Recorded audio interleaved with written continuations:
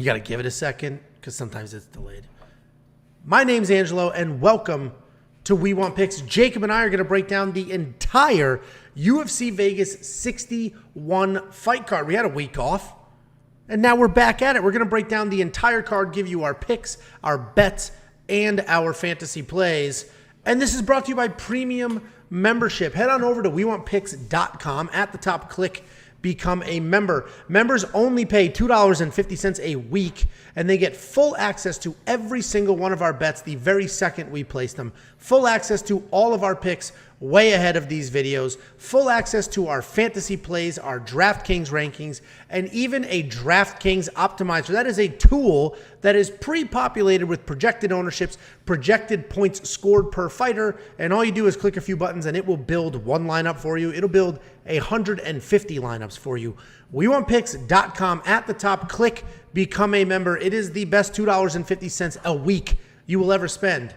Like those commercials where people adopt a dog for a cup of coffee a day. We're not even a cup of coffee a day. We're a cup of coffee a week. We're talking change in the sofa cushion a day. WeWantPicks.com. At the top, click Become a Member. And I promise you, you will make money and pay for it in spades. And if you want $50 for free, all you need to do is go to WeWantPicks.com/bets. We have 5 different betting partners. Sign up with any one of them, make a deposit, and we'll send you $50 as a thank you. That's WeWantPicks.com/bets. Sign up, make a deposit, and I will send you $50. Cash App, PayPal, Venmo, however you want it. How's it going? Happy to be here. Hey, no, Jacob's still here. Interesting fight card. We lost a fight. It's an okay fight night. What fight? And there's some the Jarzinian? Rosenstruck, yeah. And there's some weird rumors going around that the arena has been bought out and there will be zero fans, it's not zero a rumor. media. It's not a rumor. That's fact. We just don't know why yet. We just don't know who. Well, we know there won't be fans or media. No we media. don't necessarily know why.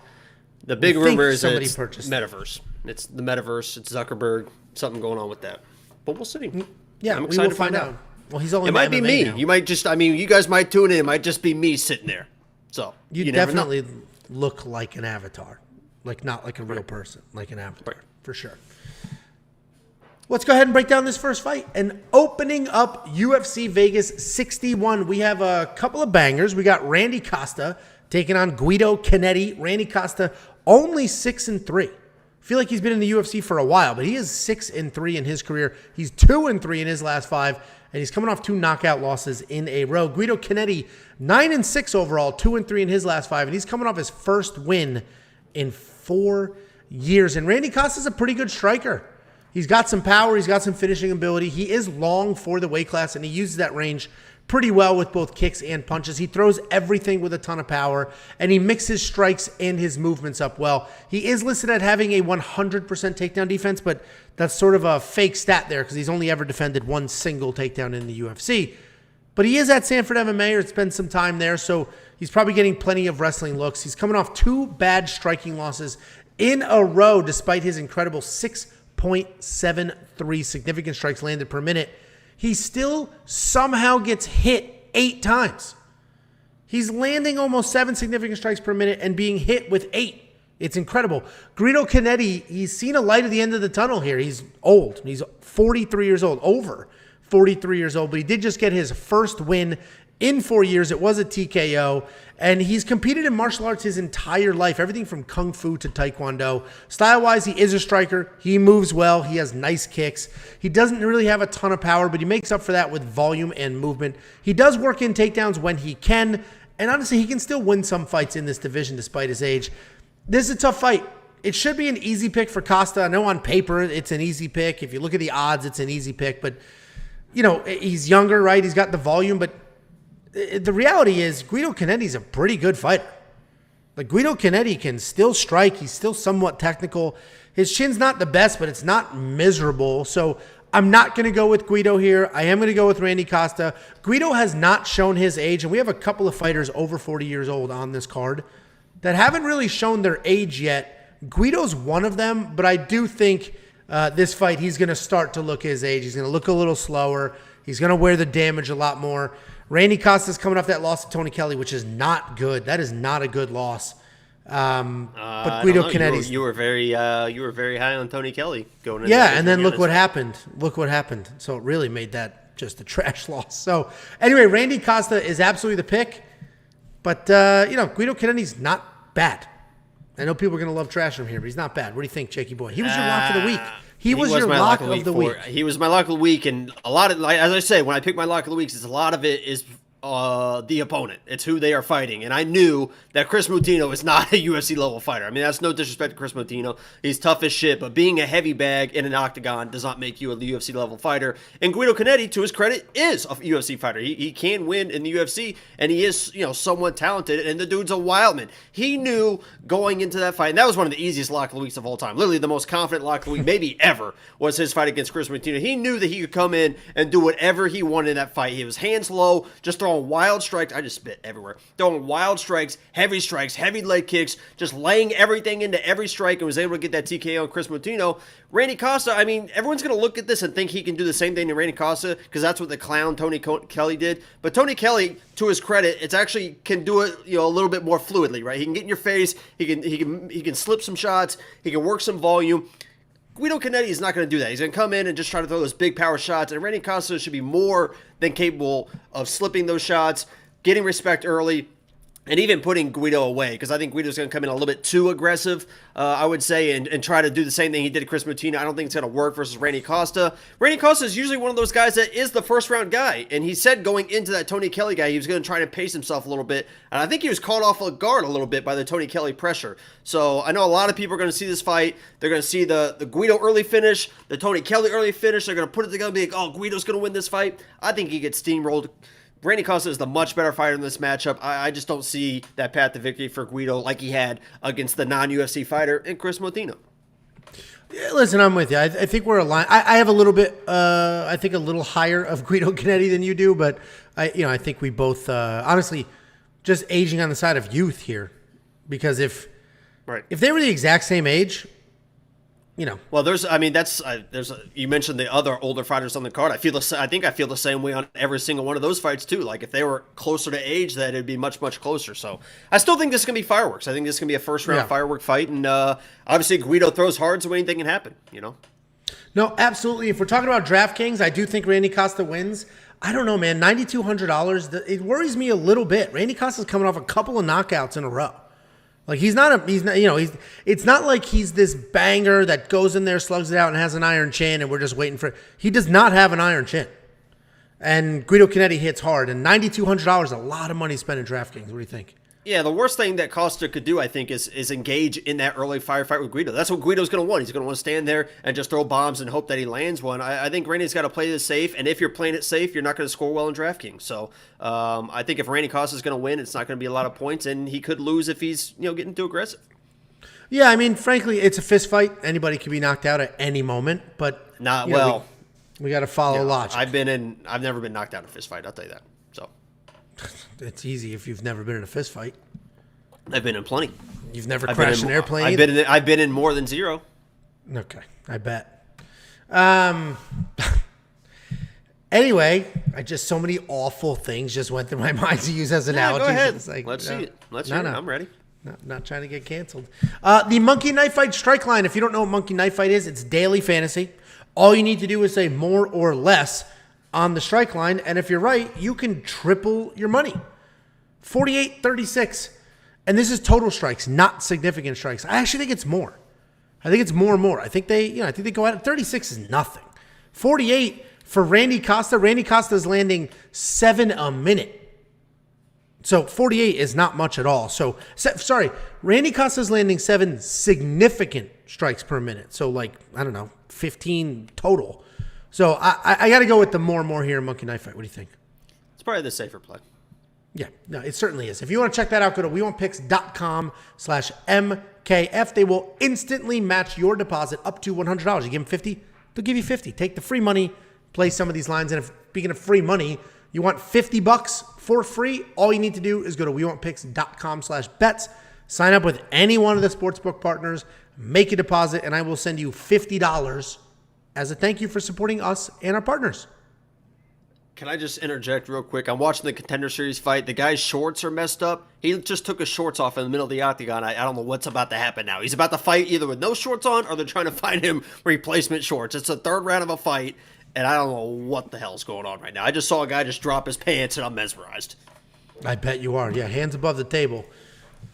Next up, at UFC Vegas 61, we have Julija Stoliarenko taking on Chelsea Chandler. Julija Stoliarenko is 10-6 overall, 2-3 in her last 5, coming off the arm-breaking win over Jessica Rose Clark. Chelsea Chandler's 4-1 in her entire career, so 4-1 in her last 5, but she's riding a 4-fight win streak into her UFC debut. Julija Stoliarenko is an interesting fighter to break down. She has a miserable takedown accuracy of 22%, but she is really slick off her back, and she's got a ton of submission wins in her career. Her striking is a bit sloppy, and she is very hittable. She's got a negative striking differential of about 2.5 to 4, but she's willing to brawl. She's got heavy kicks. She proved some of the haters, me included, wrong in her last fight because she had a beautiful takedown and then an armbar inside of a minute. The typical Julija is gets taken down, falls to her back, and then pulls off a submission. This was what you want to see out of a solid grappler. She blast doubled, got the takedown, and then worked from there. Chelsea Chandler is making her UFC debut. She's a powerful and well-rounded fighter who comes forward throwing bombs and then pushes you against the cage, and she works for takedowns. She's incredibly strong, and she uses that strength to rip her opponents to the mat and then control from there. She's not incredibly fast. She's not incredibly athletic, but she is tough. She's powerful. She doesn't stop coming forward, and she's got solid jiu-jitsu. Chelsea Chandler, when I did this breakdown last Sunday, Chelsea Chandler was the favorite. She was the -120 favorite. The line has flipped. Julija Stoliarenko is now the slight favorite. It'll probably move a little more, and people are probably erring on the side of, well, she's a UFC vet. Chelsea Chandler's making her UFC debut. And UFC debuts are always tough. If we go back to UFC Vegas 60, Daniel Zellhuber, the second biggest favorite on the entire card, just absolutely shit the bed in his UFC debut. Just, you could tell he was the better, more talented fighter and just wouldn't let his hands go. Joe Pfeiffer, also UFC debut, well, he blasted that dude, knocked him out, looked fantastic. So you just don't know what you're going to get. When I break these fights down, I just have to... It's like a box of chocolates. You just don't know. I just have to... Whoa, what was that? That was a weird accent. I don't know. Okay. You gotta get Savannah with it. Okay, leave me alone. So I just have to break them down based off of what I've seen. I can't project how well they're going to show up or not show up. And based on what I've seen, I think Chelsea Chandler can win this fight. She can get the takedowns. She can avoid the takedown. I think she's going to have better raw jiu-jitsu. And then the striking, she's just going to come forward, bomb away, push against the cage. So I think Chelsea Chandler wins this fight, but this is not a fight you should bet on. What do you think, Jakey boy? I actually think it might be an opportunity to bet on this. I wish I would have done my research earlier and got the plus money on Julija because, I think I would have. I'm always very, don't bet on heavyweights, don't bet on women's bets or women's fights, but I think this is a perfect matchup for Julija.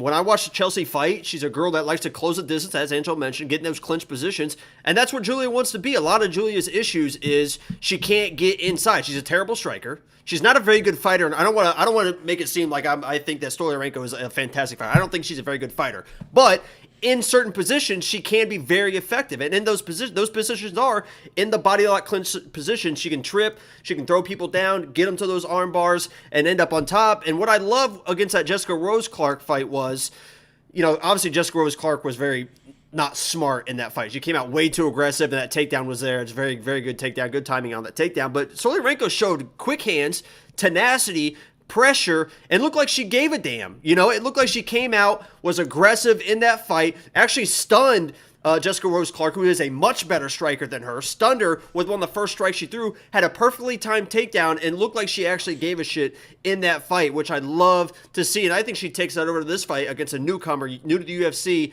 And I think she absolutely dominates this fight. I think that they close the distance, they get in those body lock situations, and the experience takes over. Julija gets her to the ground and does what she does. I don't know if it's going to be an armbar. It might just be some more wrestling. Maybe she does blow her load and Chelsea's able to take over. Like I said, I don't think Stoliarenko is a very exceptional fighter, but I think this is a perfect matchup for her. I think the body lock takedowns are going to be there. She's going to end up on top and chase those submissions that she knows. So I'm on Julija all the way in this matchup. Like I said, I don't think I'm going to place money on her as a favorite, but I kind of wish I would have got plus money on her. Yeah, listen, I think it's a close fight. That's why I said don't bet it. I do think if Chelsea shows up the way we've seen in her last 4 fights, I think she can get the takedowns, avoid the submissions, because she is primarily a jiu-jitsu fighter. We don't have DraftKings pricing yet. This fight is somewhat short notice, and it's short notice for Stoliarenko, not Chelsea. Chelsea was on the card. They moved it to a catch weight. So somebody was struggling to make the weight. It's I would assume Stoliarenko. Yeah. So we'll see. Which probably should just help Stoliarenko. You know, you've always mentioned before. Sometimes you should force your opponent to make the weight. You know, if they can't make it, they can't make it. Then figure it out later. So kind of a gift for her to get that catch weight if it is her issue. But we'll see what happens. Yeah, so Stoliarenko on short notice. We don't have DraftKings pricing. The Sodiq Yusuff fight is even more short notice, but we do have pricing. I think DraftKings is literally waiting to do the pricing. I imagine this is 8,200, 8,000, something like that. This will be a razor thin price point. I don't know if you should have either one in your lineup, but that's up to you, and we'll see what the pricing looks like. The Monkey Knife Fight strike line 42 to 61. I'm not going to play it because we just don't know what we're going to get. There's too many unknowns here. That 61 is honestly pretty high. And again, this could be 3 rounds of just slugging it out, a million takedowns and reversals, or one of them could just dominate their aspect, right? Julija can get the submission. Chelsea can get all the control. We don't know. Don't touch it. Leave it alone. Yeah, both these girls kind of suck, so that can mean an early finish or they just lay on each other for 3 rounds. So I agree. Yeah, we're not going to touch that. But if you guys want 50 free bucks. But if you want to touch me, onlyfans.com/thefrecklesalamander. $250, I'll show up at your doorstep. I might be able to get arrested for that. I don't know if the authorities are. If somebody's watching going, I think that's prostitution. yeah, that definitely is. WeWantPicks.com/bets. Sign up, make a deposit. We will send you $50. And here, where the hell are you? We go. Hold on. The Contender Series, everyone in the Discord. By the way, join the Discord. First of all, like the video. If you haven't liked the video, I just punched my mic a little bit. It's fine. Loud. But everyone in the Discord just hit a big Contender Series fight. We got to finish with 30 seconds to go on the big favorite. So we're all feeling great. Join the Discord. We're having a lot of fun in there. We do all sorts of stuff. This is called We Want Picks, but we do NFL stuff. We're doing, not us, but there's people doing it. So join the Discord. We just hit it big. Just hit it big. And don't forget to cover premium member. It's only $10 a month. And Rachel Leah Carr with the comment, just became a premium member after I won 2 different 8-leg multis from watching you guys. Hey, from Australia. We appreciate you very, very much. And we think it's literally the best value on planet Earth. $10 a month. Cannot beat that. Thank you very much. Appreciate it. Next up, at UFC Vegas 61, we have Maxim Grishin taking on Philipe Lins. Maxim Grishin is 32-9 overall, 2-2-1 in his last 5, and he is coming off that win over William Knight. Philipe Lins is 15-5 overall, 3-2 in his last 5, coming off a win in his first UFC win. Maxim Grishin is a striker. He does throw in solid combinations, but he also loves just sitting on a big right hand. He does a really good job of waiting and then rushing forward with a combination when there's an opening. So if he sees that you're cut, he sees that you're out of your rhythm, off balance, he will come in and attack, and he can sort of sense that blood in the water. He's coming off the decision win over William Knight, where he did survive an early onslaught, but was able to put that together and get that done. Philipe Lins is a former heavyweight who's coming off a win in his light heavyweight debut. He did have legit power in his hands at heavyweight, and he seems to have carried that down with him. He's got a BJJ black belt, but he does prefer to hang out inside the pocket and either trade or just walk you down with heavy hands. He showcases wrestling in his last fight against Marcin Prochniak with 4 takedowns and more than a full round of control time. And this is a tough fight to call, right? Both guys have power in their hands. Both guys can grapple if they need to. Philipe is absolutely the better just raw grappler, but also the worse, more hittable striker.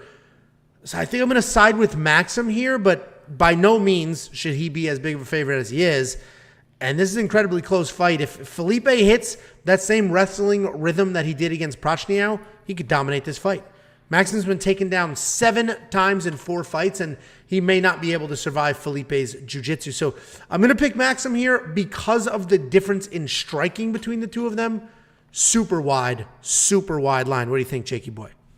Yeah, I agree with you. I think that this is one of those fights where, first of all, I cannot stand Grishin. I don't know why. I think William Knight was my lock of the week before the weight miss and everything started getting wild that fight week. But there's a reason. Again, there's a reason why I pick against certain people. And Grishin's one of those guys that he just is like so low volume and slow paced and just kind of throws out leg kicks and just kicks and throws out a jab. And then, as you mentioned, we'll try to look for that big right hand. He'll throw it, once every 2 minutes. But if this is a slow, controlled, fight, I think Grishin's going to dominate from start to finish. If Lins wants to win this fight, he needs to make it nasty. You mentioned the move down from heavyweight to 205. Looked fantastic physically. I think he did gas a little bit in that third round, but I think that was because of the wrestling. I don't know I'm so torn in this fight. I agree that Grishin should not be his biggest favorite because if Lin's able to get those takedowns, I think he's in real trouble. But is Lin's going to be able to get those takedowns? And I just a big question mark for me because I think he gets destroyed in the striking. He gets picked apart. He's got to get in there. He's got to get nasty. He showed that he is a dog in his last fight and a few other fights. I think if push comes to shove and this comes to a brawling type of fight, I'm going to pick Lins 9 out of 10 times because I think he is the dog of the two. But he's not the more skilled fighter. He's not the more skilled fighter on the feet. So it's tough, man. And I honestly kind of forget who I picked. If I'll be honest, I gotta check. I'm literally checking my picks right now because I honestly forget who I picked. That just shows you how confident you are in it. Right. I mean, it is a toss-up. I think I went with Lins to throw some dogs in there because he is a dog. Let me check. I did pick Lins, so let's go with Lins. Not real confident in it. Yeah, what a joke that is. $2 super chat from Luis Rodriguez. His lock of the week, not Jacob's, is Guido Cannetti. Great content as always, fellas. Thank you very much, Luis. We really appreciate it. Thanks for being here. Thanks for the comment. Thanks for the super chat. We appreciate you for sure. DraftKings, 8,500 to 7,700. It's tricky. I think whoever wins will probably be worth the money. Because I think if Maxim Grishin wins, I think he can, $8,500 is a pretty affordable price for a guy that's, can score 80, 90 points. 7,700 though, if Philipe is getting those takedowns and Philipe is hanging out on top and Philipe is getting control time, $7,700 is a great price. So I don't know what I'm going to do with DraftKings, but I'm probably going to leave both of them out. What do you think? Yeah, I'm not going to play either one, but I think the value is probably in the Lin side because I don't think Grishin 100%. scores. I don't think Grishin scores 90 points. I think he's scared of the takedowns. Not that he doesn't have bad takedown defense. I think he's got good takedown defense, and that's why Lin's going to struggle. But I think he tries to keep this fight at range. It's just boring. So I don't think he scores well. But as you mentioned, Lin's, if he's able to get the takedowns, good. So there you go. Yeah, that's how I feel. I agree. As far as underdogs are concerned, he's probably one of the more live one. Monkey Knife Fight strike line 80 to 52. I agree. Maxim is kind of a low volume guy. He will throw in spurts if he senses something. So 80 is a bit high. 52 is probably solid for Philipe. I think it's a less-more situation with the Monkey Knife Fight strike line. What do you think? You know what, Angelo? I think I'm going to agree. There we go. You guys want to triple your money, or at least try to, go to WeWantPicks.com/MKF. All you need to do is sign up. They will instantly match your deposit. Take some of that free deposit match money. Play some of these strike lines at Monkey Knife Fight. All you do is say more or less, and if you're right, you can triple that money. And if you want $50 for free, all you need to do is go to WeWantPicks.com/bets. Sign up with any one of our betting partners. Make a deposit, and I will send you $50 as a thank you. WeWantPicks.com/bets. I thought we were going to cut out the promos. I'm toning down the premium member promos. People bitch, man. What's crazy is we have over I get. If you guys get tired of them, at least if you're not watching live, you can skip through it. I can't skip through shit. Well, that's why everybody wonders, there's too many promos. First of all, that is literally how we keep the lights on. Second of all, we have over 1,000 premium members. It is working. People enjoy it. People are getting the value. It is the best value in the history. If you guys if you guys just sign up, we don't have to say it anymore. That's very easy. The reason... Will you make a promise that if everyone signs up... Would you shut up? The reason... yes, if every single one of our subscribers is also a premium member, I will never mention it again. There you go. The reason I do the promos each breakdown is because if you look at our video, let's say a video is an hour and 45 minutes, the average watch time is about a third to a half. So people are skipping. They get their pick, they get their breakdown, they move. So they could literally miss every single promo. So I got to do it so that they'll catch one. Get it? You got it. Got it. Good. Next up, at UFC Vegas 61, we have a surprisingly low-ranked fight. I don't know how to word that, but we got Brendan Allen taking off Krzysztof Jotko. I'm shocked this is not a main card fight. UFC loves using Brendan Allen on the main card. This card's loaded. This card's loaded. It's just so stacked. We got Brendan Allen early. He's not even the feature prelim. He is early on this card, and this is the final order, as of now, at least the published order. So we got Brendan Allen taking on Krzysztof Jotko. Brendan Allen is 19-5 overall, 4-1 in his last 5, and he is coming off that incredibly close win over Jacob Malkoun that a lot of people think he lost. Krzysztof Jotko is 24-5 overall, 4-1 in his last 5, coming off the one-sided win over Gerald Meerschaert. And Brendan Allen is a BJJ black belt. He's got solid low kicks, solid takedowns. His striking overall is pretty improved, and that's because he moved to Sanford MMA a few camps ago, and those improvements really have sort of helped develop his striking. The problem is, historically, his game plan was grappling, right? He'd get the takedown. He'd be tough on top. He'd work for submissions. But after moving to Sanford MMA, he sort of turned into a striker. He's wrestling is not his main objective. He wants to strike with you, and he's had sort of mixed results with that. He is coming off that win over Jacob Malkoun, but he gave up 7 takedowns and 7 minutes of control time. He basically won a few well-timed scrambles on the ground, and that's what essentially won him that fight. Krzysztof Jotko has fantastic speed. He's a really athletic striker. He's got good takedown defense and very high volume output. He typically looks to dance around the outside and sort of touch up his opponents. Jotko has that solid takedown defense at 83%, and even if he is taken down, he's got good enough submission defense to survive. I mentioned he's coming off that win over Gerald Meerschaert, where he actually doubled the strikes and got 4 takedowns of his own. He got his own takedowns in that fight, which everybody said was a crazy thing to do. And I like Jotko here, right? Brendan Allen fancies himself as a striker. And, if he comes into this fight with a strike-first game plan, he's going to be picked apart. Jotko's the faster, cleaner, better overall striker. If he gets shot on, I think he can defend those takedowns. Although unlikely, I think he can get his own takedowns as well. We just saw Jacob Malkoun take him down 7 times, and Jotko just took down Meerschaert 4. I think Brendan Allen is a very good fighter. But what we haven't seen him do is tie everything together. We've seen him only grapple. We've seen him only strike. We haven't really seen him in a true MMA fight where he's striking, then grappling, and transitioning between the two. If we look at his last 3 fights, let's see what happened. Chris Curtis knocked him out. Done. Sam Alvey had Brendan Allen in some trouble in that first round. He cracked him. Brendan Allen was a little bit of trouble. Go watch it back. He wasn't in trouble. In trouble is like he hit him, and Brendan Allen... Sam Alvey's against the fence, his back against the fence. He hit him, and Brendan Allen went, "Oh, that hurt," and just stayed there. Oh, that hurt. Okay. It wasn't like he was like, "Oh," and Sam Alvey was like on top of him, just beating the shit out of him. I said in a little bit of trouble. I didn't say was almost stopped. There was no trouble. Okay. People get hit all the time, Angelo. He looked like shit. I don't know what kind of fights you're getting in. Sam Alvey is 0 for 38, and he cracked Brendan Allen. Brendan Allen looked like shit in that fight. SHIT, he looked like shit in that fight. And his last fight, a lot of people think he lost. I now hate Brendan Allen. It is mostly your fault.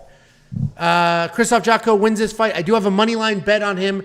If you were a premium member, you saw that bet. This line has actually yo-yoed, so you could have gotten really good odds on both of these men.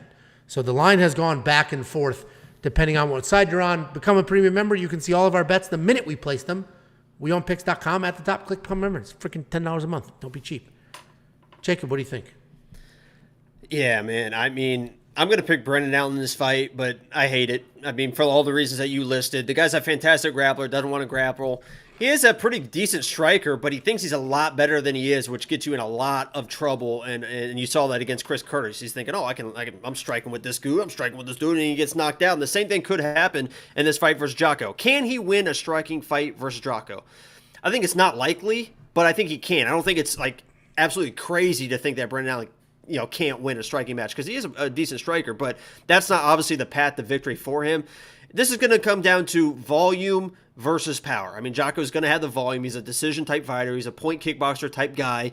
And Brendan Allen's going to probably stand on the feet because we've seen him not wrestle in fights that he should wrestle before.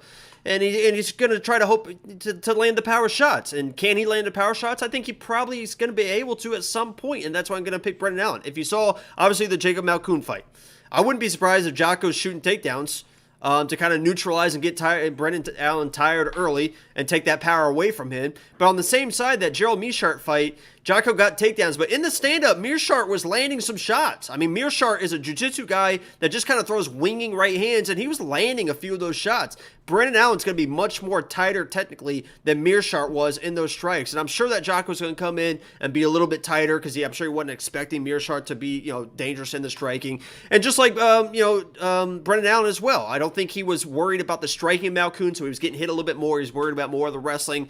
So this is an interesting matchup. If Brendan Allen does decide to wrestle, those takedowns are going to be very, very tough. Jotko's very, very well versed in the takedowns. If he decides to stand with Jotko, he's going to need to land the power shots. I mean, that's as simple as it can be. He's not going to just outpoint Jotko for 3 minutes. But we've also seen, I said that before in the Chris Curtis versus Jack Hermanson fight, and Jack Hermanson came in and outpointed Chris Curtis for 3 rounds. So crazier things have happened than Brendan Allen outstriking Jotko for 3 rounds. I'm going to Brendan Allen. He's the more dangerous fighter, and we'll see how it plays out. Yeah, listen, I get it. He's the better straight-up mixed martial artist, but like I said before, we haven't seen him do MMA. We've seen him grapple. We've seen him strike. We have not really seen a fight where he's transitioning between the two and doing all of the things. So I like Krzysztof Jotko to do the one thing and do it better. Defend the takedowns, if there are any, and win those striking exchanges. Lightning fast, much more technical. I think he gets it done. We are split on this fight. DraftKings 7,900 to 8,300 is very tricky because I don't think Krzysztof Jotko is going to score that well. It's a bunch of jabs, most likely no wrestling or control time. Even if he wins, I don't think he's going to do that well. Where if Brendan Allen wins, it's either grapple heavy on top, ranking up points, getting the takedowns, or potentially a stoppage. I don't see Krzysztof getting a stoppage. So Brendan Allen, if he wins, scores well. If Krzysztof Jotko wins, I don't think he does. What do you think? I think Brendan Allen's probably going to be my lineup because I do like his aggression. As much as you can't really trust the guy, he is always aggressive. I mean, he's always moving forward. He's always trying to push the pace in the fights. Whether that works out or not is yet to be seen, but I do like his aggression. And I think I'm going to play him, man. I hate it. Yeah, I guess he's inconsistent. I get it. The Monkey Knife Fight strike line, 58 to 76. 76 is actually a bit high here because Krzysztof Jotko, while he's the better, more technical, faster striker, he's not a crazy high-volume guy, but Brendan Allen coming forward can bring it out of him, especially if he's defending takedowns. So I actually think it's a more situation. What does that mean? That means you were right. Ding! Point for Angelo. That's exactly what I was going to say. Thanks for the point. So I think it's more for the Monkey Knife Fight strike line. I got myself a ding. You should too. Go to WeWantPicks.com. Is that a wrestling thing? No. With the wrist things? 2 points. That's only if there's a reversal and it's 2 and you held up 1. So get over yourself. Anyway. What the hell was it? Oh, the gi on. If you want to triple your money, go to WeWantPicks.com/MKF. Sign up, make a deposit, let them instantly match it. Take that free money, play some of these strike lines. And if you want $50 for free, WeWantPicks.com/bets. Sign up, make a deposit, and we will send you $50 as a thank you. Next up, at UFC Vegas 61, we have Joaquim Silva taking on Jesse Ronson. Joaquim Silva is 11-3 overall, 2-3 in his last 5, coming back after more than a year away. Jesse Ronson is 21-11, 1-3-1 in his last 5, but he should be 2-3 in his last 5 because he did have a win that was overturned. Joaquim Silva is a BJJ guy with fantastic hands. He's very inactive, though, with only 3 fights in 4 years. But when he is competing, he's explosive, and he's always looking for that knockout. Even though he does have a BJJ black belt and he's more than capable on the ground, he almost never attempts takedowns, and he's just looking to strike. He's got so much power in his hands that he is live in every single fight that he's in. His last win was actually against Jared Gordon in 2018 in a fight that he was clearly losing, but he was able to snatch that up, turn it into a win because of that power. Jesse Ronson is coming off a submission loss to Rafa Garcia. And before that, though, he did have a submission win over Nicholas Dalby, which was overturned for some banned substances. Technique-wise, he's a busy striker with sneaky power and solid takedown defense. Even though he is a striker who prefers to strike, he's got solid offensive BJJ, and he's got some success snatching things up in scrambles. This is a really tricky fight to break down because you just don't know what you're going to get. Like, this feels like a layup for Joaquim. Like, you look at it like, oh, Joaquim Silva, he's got the power in his hands. He's got jiu-jitsu. He's got the appealing record. But he's just so freaking inactive. And his recent losses have me worried. Those aren't the most quality losses. Jesse really had nothing to offer in that Rafa Garcia fight other than solid cardio and just nonstop pressure up until he lost. I can see Jesse being the overall less talented fighter, but he's going to pressure forward, potentially get the takedown, stay in Joaquim's face, not really give him time to settle in after a year off and 3 fights in 5 years, whatever the hell that was. So I like Jesse Ronson in the underdog spot here. I'm probably not going to bet it unless that line really takes off, but I think Jesse can get it done, and Joaquim Silva is just not busy enough to continue evolving, staying fresh, and doing what he needs to do. What do you think, Jakey boy? First of all, for the love of God, and I don't know if you're gonna watch this, and I don't mean this as disrespect, Jesse.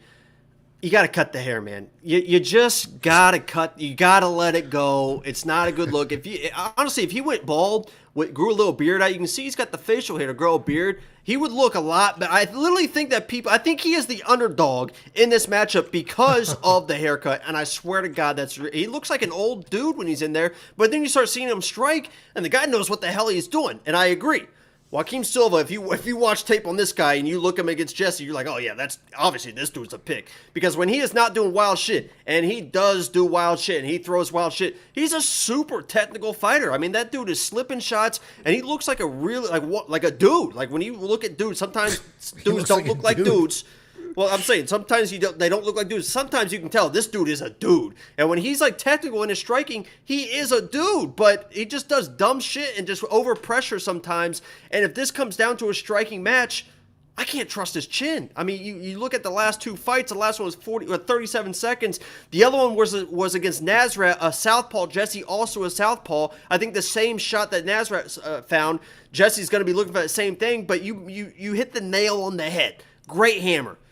Right on the head. I mean, one shot. You watch the TikToks of people trying to put the hammer in with one shot. It's fantastic when you can do something like that. But will Silva come in and wrestle? Coming in, back-to-back KOs. Maybe he brings in a completely new game plan because we saw Jesse on his back. He's a BJJ guy himself, but on his back, he really doesn't have a lot to offer. So if I'm Silva, I come in, and I don't know, those big muscles, sometimes you get a little bit tired when you're not a wrestler. But I would come in, try to wrestle Jesse, take out some pop of his shots, and then see what happens from there. But I think this is going to be a standing matchup. I think these boys get after it early because that's all Silva knows is come forward, throw your wild shit, try to knock somebody out. I placed a bet for premium in this fight. Sign up, become a premium member, only $10 a month. I put a bet on this fight. I'm not going to tell you what it is, but my pick is going to be Jesse because I trust his chin more than Silva. I got it. Yeah, we're aligned on the underdog here, which is always interesting. 8,400 to 78. I think $7,800 is a solid price point for Jesse Ronson. You'd like to get even more.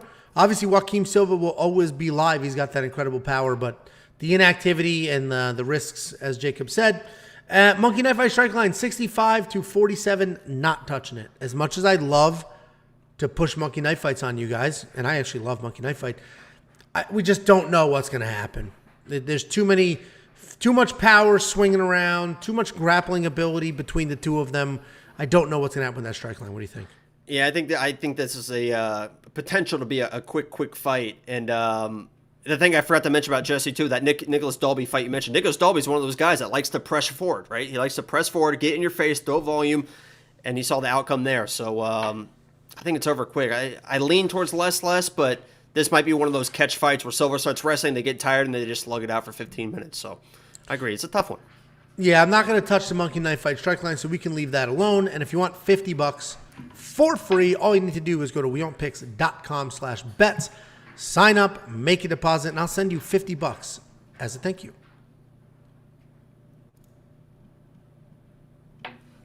Next up, at UFC Vegas 61, we have Jessica Penne taking on Tabatha Ricci. Jessica Penne is 14-6 overall, 2-3 in her last 5, coming off that lopsided loss.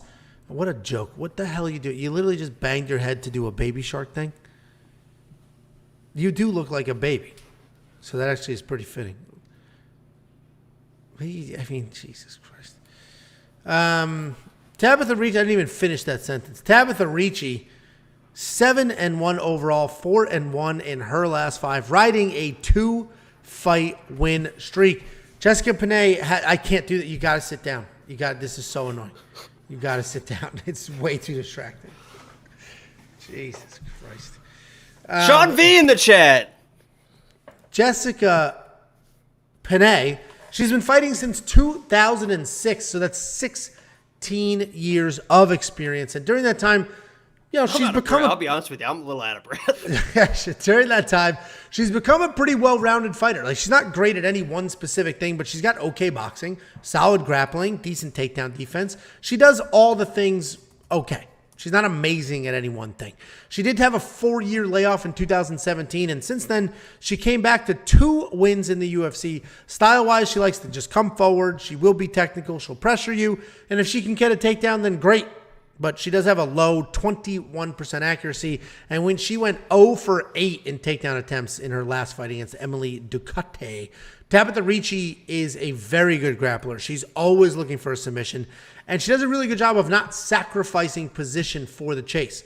She's very heavy on top with good pressure and control. She will ground and pound while on top, which will create the scrambles, and that opens her opponents up to get submitted. She made her UFC debut against Manon Fiorot. That's where that one loss is. That was rough, right? She was up in weight. That was at 125. She did get cracked, but she's a 115-pound fighter, and ever since moving down, she's looked fantastic. Tabatha Ricci should absolutely dominate this fight. She's averaging almost 4 takedowns per fight. Penne's got a very low 40% takedown defense. Penne will have the experience. She'll have some veteran savvy on her side. I don't think it's going to matter here. I think she spends the entire fight defending takedowns and submissions. I love Ricci here. I got a money line bet at her at minus 150 2 weeks ago. If you're a premium member, you saw that. Hopefully you tailed it. This line went all the way up to minus 220. It's come back down a little bit, but it's not going to get anywhere near that minus 150 again. It'll just completely, it may yo-yo or it'll just keep climbing back up. If you're a premium member, great. If you're not, go to WeWantPicks.com at the top. Click Become a Member. It is only $10 a month. You get all of our bets, all of our picks, our DraftKings plays, our Prize Picks plays, a DraftKings optimizer, and everything else much, much earlier than these videos, so you'll get favorable lines and closing line value. WeWantPicks.com at the top. Click Become a Member. Jacob, you've done your ridiculous dance and all that other bullshit. Who do you think wins this fight? Yeah, as you can see, I'm very biased in Baby Shark, Tabatha Ricci, but can I be honest with you, Angelo? I would love to be honest with you for a second. This fight kind of scares the shit out of me, and there's 2 reasons why this fight scares the shit out of me. I rewatched the Polyana Viana fight and Tabatha Ricci. Tabatha Ricci really struggled on the feet to close that distance. When she is on the feet, she's a smaller fighter, and I know she's always going to be the smaller fighter, so she's going to be used to, or she's going to have to start getting used to, if she's not already, to closing the distance. When she's already in, right, if she's all the way in, and she's able to get those takedowns, she's fine, right? And on the ground, she's going to dominate 95% of the girls in this division on the ground if she's able to get those takedowns. But in those exchanges of trying to get in and out against Polyana Viana, I don't want to say she was getting lit up, but she definitely was getting hit, and she was losing rounds on the feet. So this comes down to Jessica Penne.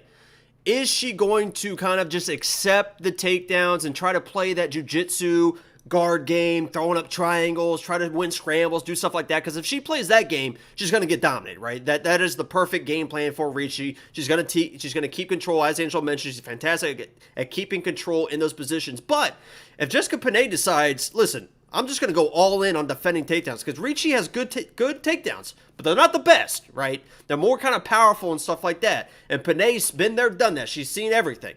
So if she decides that I'm going to start defending the takedowns and keep this on the feet and not play the ground game, this fight could get really interesting because I don't think Ricci is skilled enough to be able to just really outpoint Jessica Penne on the feet. So all I'm saying is, yes, Ricci is the favorite. She should dominate this fight if she's able to get the takedowns. But if all of a sudden she's starting to grab a leg, she's off the leg, she's grabbing a leg, she's off the leg, and this is all of a sudden a striking match, this fight could get really, really interesting, and it scares the shit out of me. So everyone that's doing the Ricci, parlay, this, that, I get it. I'm just saying, weirder things have happened. I've already seen Jessica Penne win an awful decision against my girl Lupi. Weird things happen. I agree, but Lupi has proven to. Oh, whoa!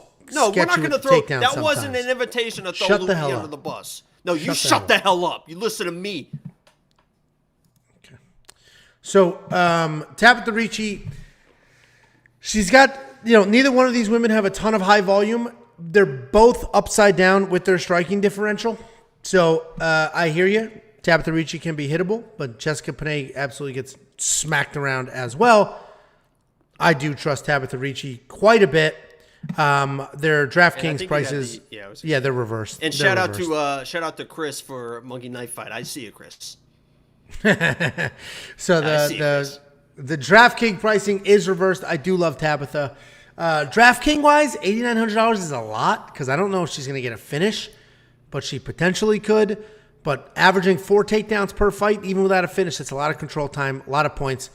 I like Tabatha Ricci. The $8,900, I may spend it. I'm assuming you're a no. Well, I think I might. I'm telling you, there's something weird about this fight that just scares the shit out of me. And it's literally that loopy decision. It's literally the loopy decision because Jessica Penne never should have won that decision, and it's just sitting there as a win. Penne is just too well versed on the ground to get. I don't think Ricci's going to finish her, right? So now weird things start happening. There's something weird about this fight, man. Well, I trust her maybe more than I should, but I really think Ricci's just. I don't think this is an issue at all. Monkey Knife Fight strike line 55 to 69. It's another tough line. It's probably a more. This likely goes to a decision. I think there's going to be a lot of striking.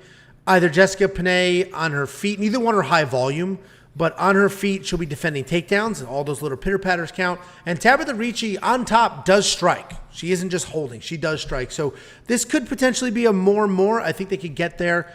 WeDon'tPicks.com/MKF. They will instantly match your deposit. Take the deposit match, spend some of that free money, and see if you can triple. If you lose, who cares? It wasn't your money. And Ricci's not really a finisher. I mean, people think that she's going to come in and just steamroll Penne. I mean, even on the regional scene, she wasn't really getting finishes. So I think she steamrolls, but I don't think she, like you said, isn't going to necessarily finish. But 4 takedowns per fight, tons of control time, busy on top. Jessica Penne has an upside-down striking differential, 40% takedown defense, 20% takedown offense. I just don't think she has anything to offer. So, other than veteran savvy, and she's long. So, anyway, WeWantPicks.com/bets. Sign up, make a deposit. I will send you $50 as a thank you. I'm also long. Okay. So is long lines. That's what they called me. Nobody lines. Ever called you that. No, send me a screenshot of one person calling you that. All right, hold on a second. I just hear a picture get taken. Next up, at UFC Vegas 61, we have Aleksei Oleinik taking on Ilir Latifi. This will be like the 11th time I've broken down this fight. They continued making it, and it continued to fall apart. The most recent time was at UFC 273. But now we may actually see this fight happen when Aleksei Oleinik is 60-16.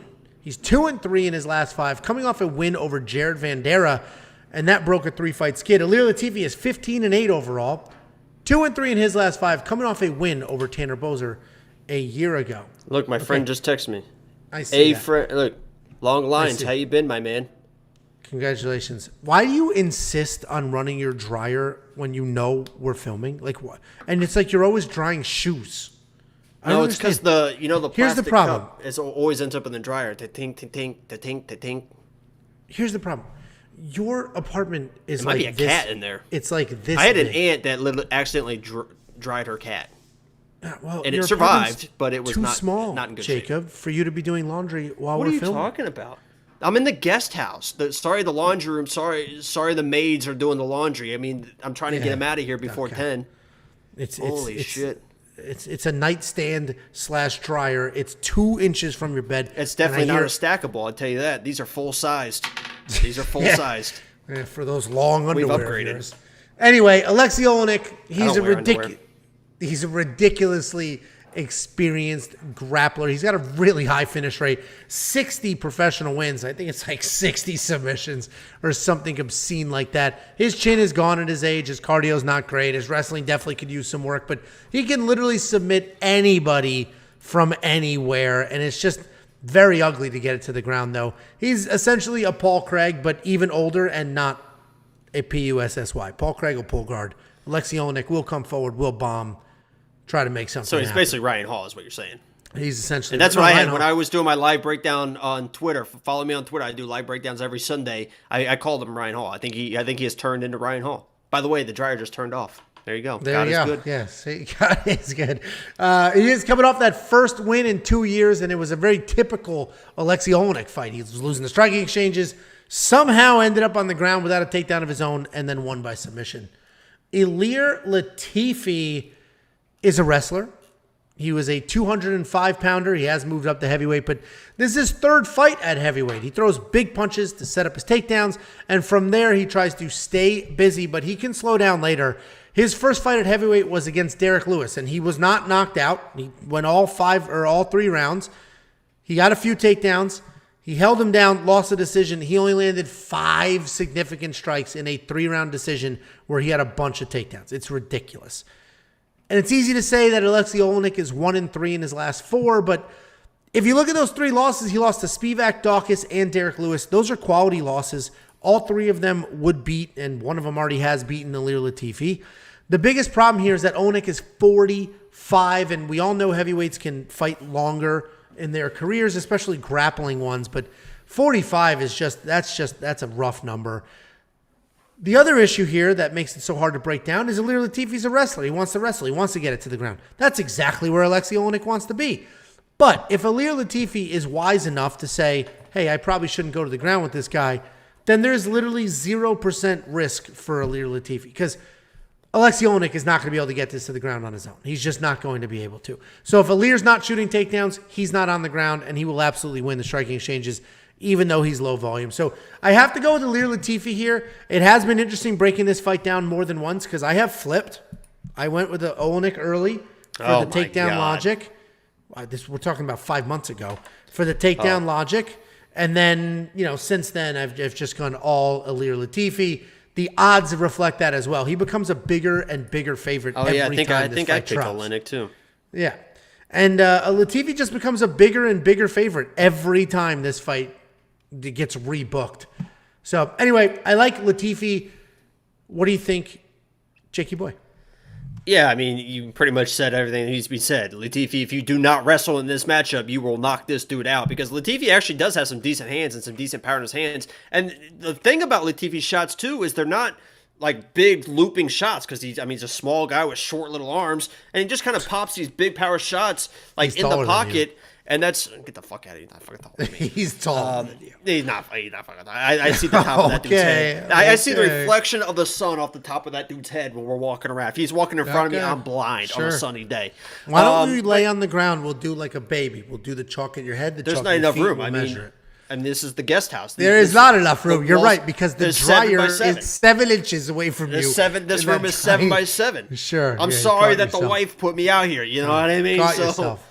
Okay. Yeah. So anyway, I don't know what I was saying about. The short little shots. Yeah. So the short little shots will be there, because Aleksei Oleinik, I mentioned earlier, is getting very Ryan Hall-like in the way that he's trying to get fights to the ground. Ryan Hall, all he wants to do is get the fight to the ground. He will fall down and just try to do anything he can to get the fight to the ground. My dude, Ryan Hall, he's going to come back and win the title in 2024, no doubt in my mind.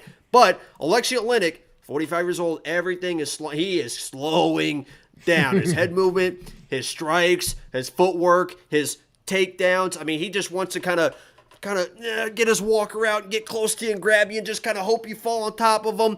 And then if it goes to the ground, you're in trouble. Vandera tried to play that game. Vandera had his back and was like, everyone's like, don't get up, Vandera, because eventually he reversed position, got him in that scarf hold, and choked him out. Latifi, don't shoot a fucking takedown. Do not do it. Stand on the feet. The knockout shot will be there eventually. We've seen Oleinik be chinny. He's 45 years old. He's slow. Knock him out. Get your check. Move on. That's my advice. My pick is Latifi. Sorry. And I'm pretty confident in him, too.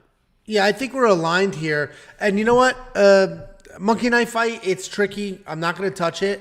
55, though, is so many for Ilir Latifi. This dude landed like 5 strikes against Derek Lewis. Tanner Boser, it was another. This guy is landing less than 20 strikes in decisions. And I get it. The logic here is, they'll be standing. And what 55 is a high line for Ilir Latifi. And, I do have a Prize Picks plays up. You guys will hear about him on Friday. But if you're a premium member, go check it, because I imagine the Prize Picks line that I have on this fight is going to move. And I'm very, very confident in it. 7,500 to 8,700. I think Ilir Latifi is worth the 8,700. What do you think? No, I just want to say, for the respect for Aleksei Lane, because we did kind of trash him a little bit. The guy's fought 76 times and only lost 16. That is literally that is unreal. Unreal. No, it's all, isn't it all finishes? Does he have any decision wins? 5 decision wins. Okay. 55 stoppage wins. I know he's an incredible fighter with an incredible career that he can be very proud of. So, yeah, he's just old. Literally, the knock on him is he's old, and he can't help that. That's just life. And he's aging better than he's 45. How many 35? And this is like I alluded to. If these guys are both 35 years old, I'm picking Oleinik all day, all day. Yep. You agree with me? Ilir Latifi should be in your DraftKings. Probably, but yeah. I don't. It's tough. It's tough picking. It's tough picking that dude with his short little arms and his stubby little body. Sure. Yeah, no, absolutely. I'm looking forward to the chalk outline with measurements of you. And then I told you that Monkey Knife Fight Strike line. I'll take all the measurements. I bet you all would. Of them. All of them. I bet you would. Monkey Knife Fight Strike Line, I'll tell you right now, it's less on Latifi. And what's cool about Monkey Knife Fight is they have other games. Some of the matchups aren't just between the two fighters, meaning you can try to get 3 for 3, 5 for 5, 6 for 6, and try to chase 25 times your money. You could get Ilir Latifi on his own, not against Aleksei Oleinik. If you do less than 55, hit it, smash it, play it. That's almost a guarantee, in my opinion. WeWantPicks.com/MKF. If you want $50 for free, go to WeWantPicks.com/bets. Sign up, make a deposit. They will send you $50 as a thank you. Next up, at UFC Vegas 61, we have Mike Davis taking on Viacheslav Borshchev. Mike Davis is 9-2 overall, 4-1 in his last 5, coming back after almost 2 years away. Viacheslav Borshchev is 6-2 overall, 4-1 in his last 5, coming off his first UFC loss. Mike Davis is coming back after a year and a half away, but he has had a handful of canceled fights in that. So, potentially he's been getting ready, preparing, and just timing hasn't worked out for him. Style-wise, he's a fast, athletic striker with very real power. His kicks are incredible, and he will double tap the body, then hit the head before putting his foot back on the mat. He's incredibly well-rounded and has showcased that in his last 2 fights where he had a combined 5 takedowns. Viacheslav Borshchev is a fantastic striker with a legitimate professional kickboxing career before transitioning to MMA. He's got a great jab, solid power, and fantastic kicks. He is the team alpha male striking coach and looked like absolute trash in his last fight. But his wrestling looked good in his last fight. It didn't look awful. He was taken down 17 times by a striker. I know, but no, I'm not really a striker. We've seen Mark wrestle before, and he went all in the wrestling, and I thought he held his own. He got taken down 11 times. How was that holding your own? I mean, he didn't quit. Okay.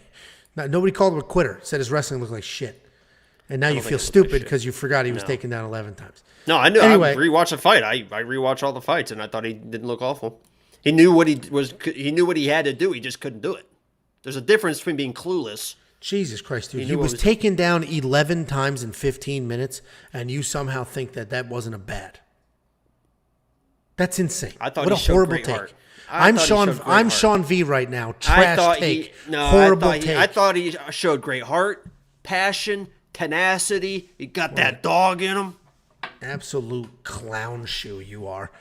Anyway, his wrestling sucks, but he is that team alpha male, and hopefully, he's getting those looks and they're preparing him because that is a team full of killer wrestlers.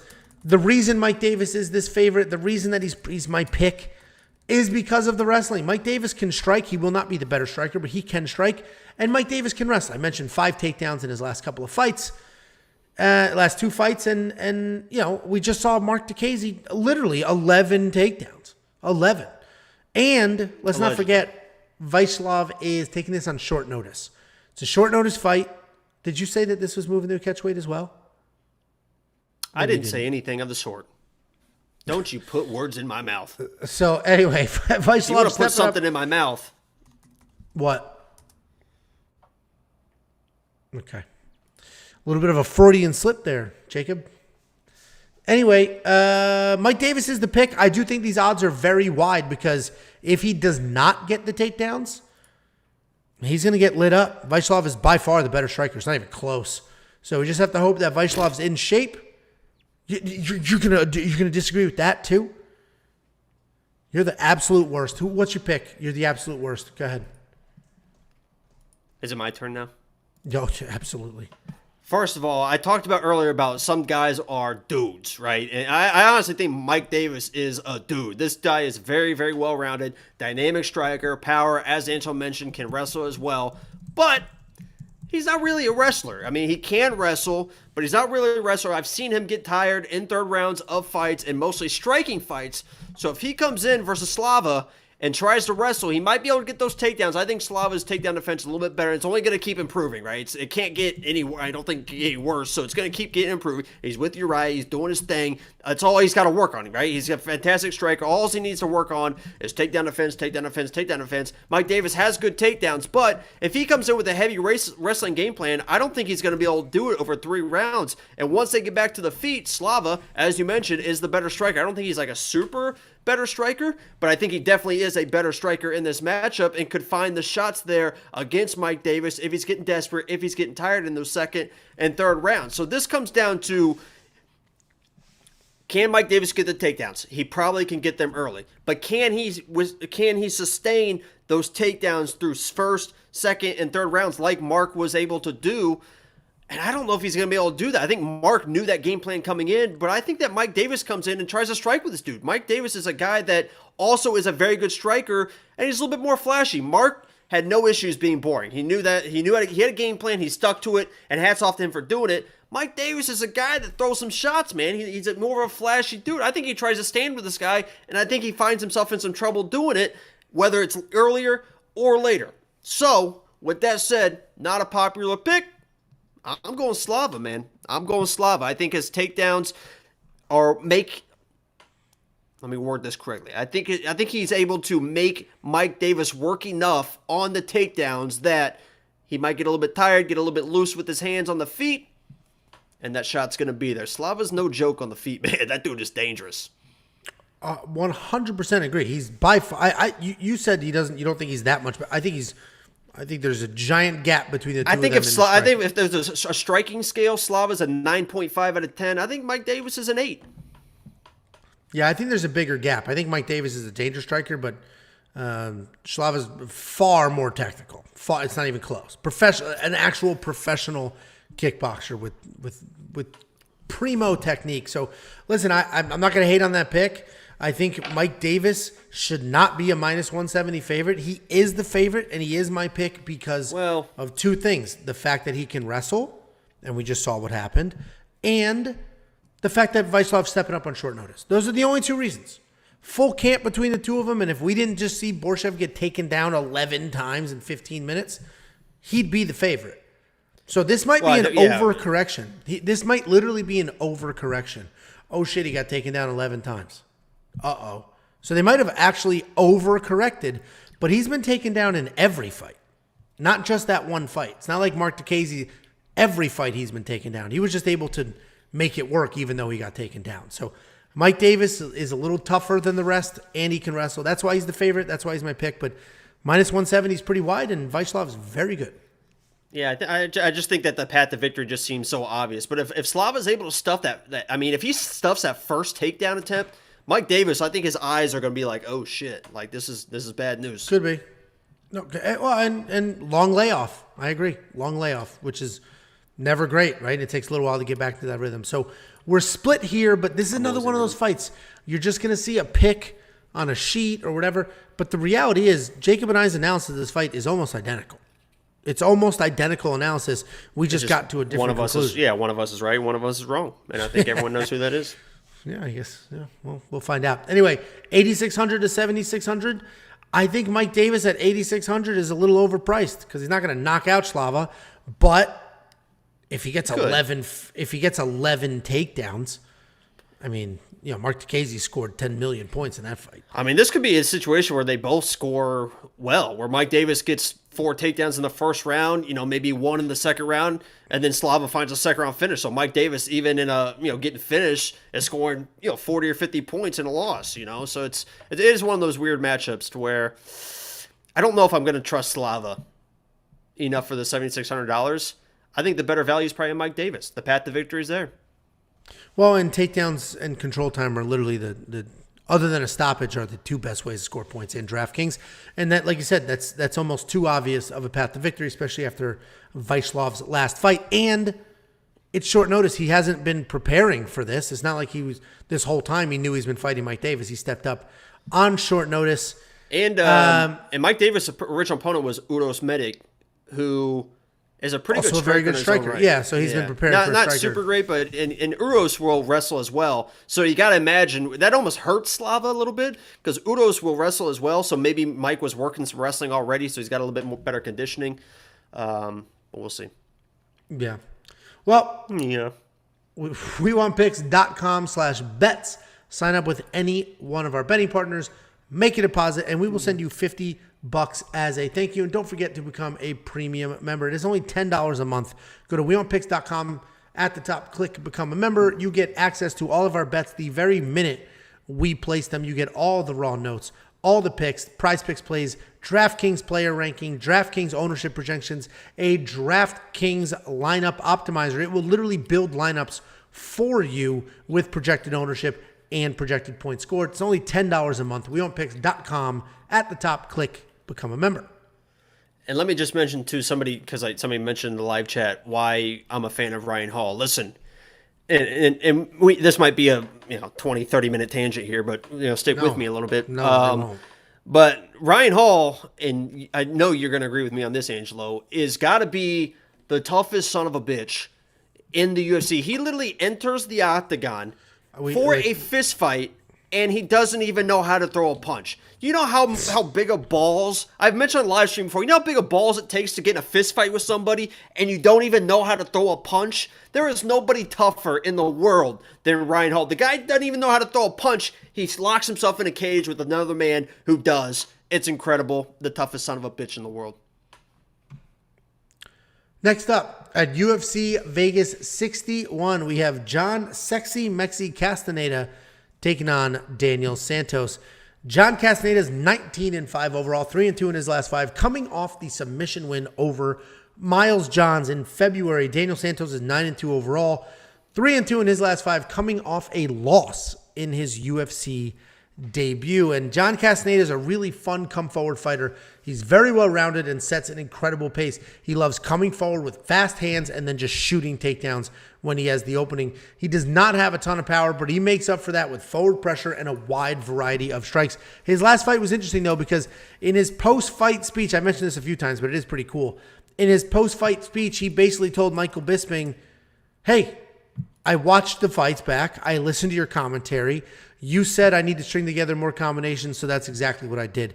And that's just a cool thing to see. Daniel Santos, he's coming off a loss in his UFC debut where his strikes were almost tripled. He's an old school shoot-a-box style striker, and if you don't know what that is, that's the Vanderlei Silvas of the world, the Shogun Huas of the world. tight guard comes in and just absolutely explodes in the pocket. Powerful strikes, really good jiu-jitsu, really heavy leg kicks. The problem with their jiu-jitsu is while it's very good, potentially could win a couple of tournaments, it's not practical for MMA. It just isn't. It's like if he's on his back, he's literally trying to work submissions and sweeps instead of trying to work his way back up to his feet. He'll take his time. He'll lose, he'll lose minutes playing a regular old school. That threw you off a little bit. That was just for the live chat. You can't do anything. You can't. Any distraction at all, and you just lose it, man. It didn't throw me off until you started. Eventually, talking. in a few months, you're literally gonna be on your finger on the screen, following, reading your stuff. There is a teleprompt feature, which I'm just not going to do. Anyway, while very good at jiu-jitsu, their style of jiu-jitsu is not really good for MMA. This could be a really fun fight. I love Sexy Mexi in this fight. I think his striking pressure, his takedowns, all of that is going to keep Daniel Santos on his heels the whole time.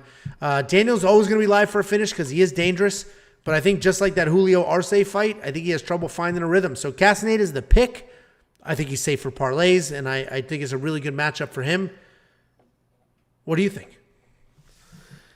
My dude, Sexy Mexi. First of all, lock of the week, Sexy Mexi against Miles Johns. That was one of those lock of the weeks where people are like, what are you talking about? Sexy Mexi. I knew he was going to be out. First of all, Miles Johns, wrestler that loves to strike, and I love pitting strikers against people like that, so that's why he was lock of the week in this matchup. Now, I'm definitely going to side with Sexy Mexi in this matchup because he should be the better striker in what should be a mostly striking battle, but I will say it scares me a little bit because Santos is a guy that will just not stop pushing forward, right? He'll push the pace, work through shots, and will throw big combinations. And there's times where Sexy Mexi, Julija Arce kept the distance, right? He was chasing Arce around the entire time. He'd throw a combination, kind of dip out of there, circle back around, and Santos, again, just starts plotting him down, throw the combination and circle around, where Sexy Mexi, at times, will stay in the pocket and get in those fire fights. And he has shown that he has the chin to be able to do that. But you always have a chin until you don't have a chin. And Miles Johns in that matchup was able to land some pretty good shots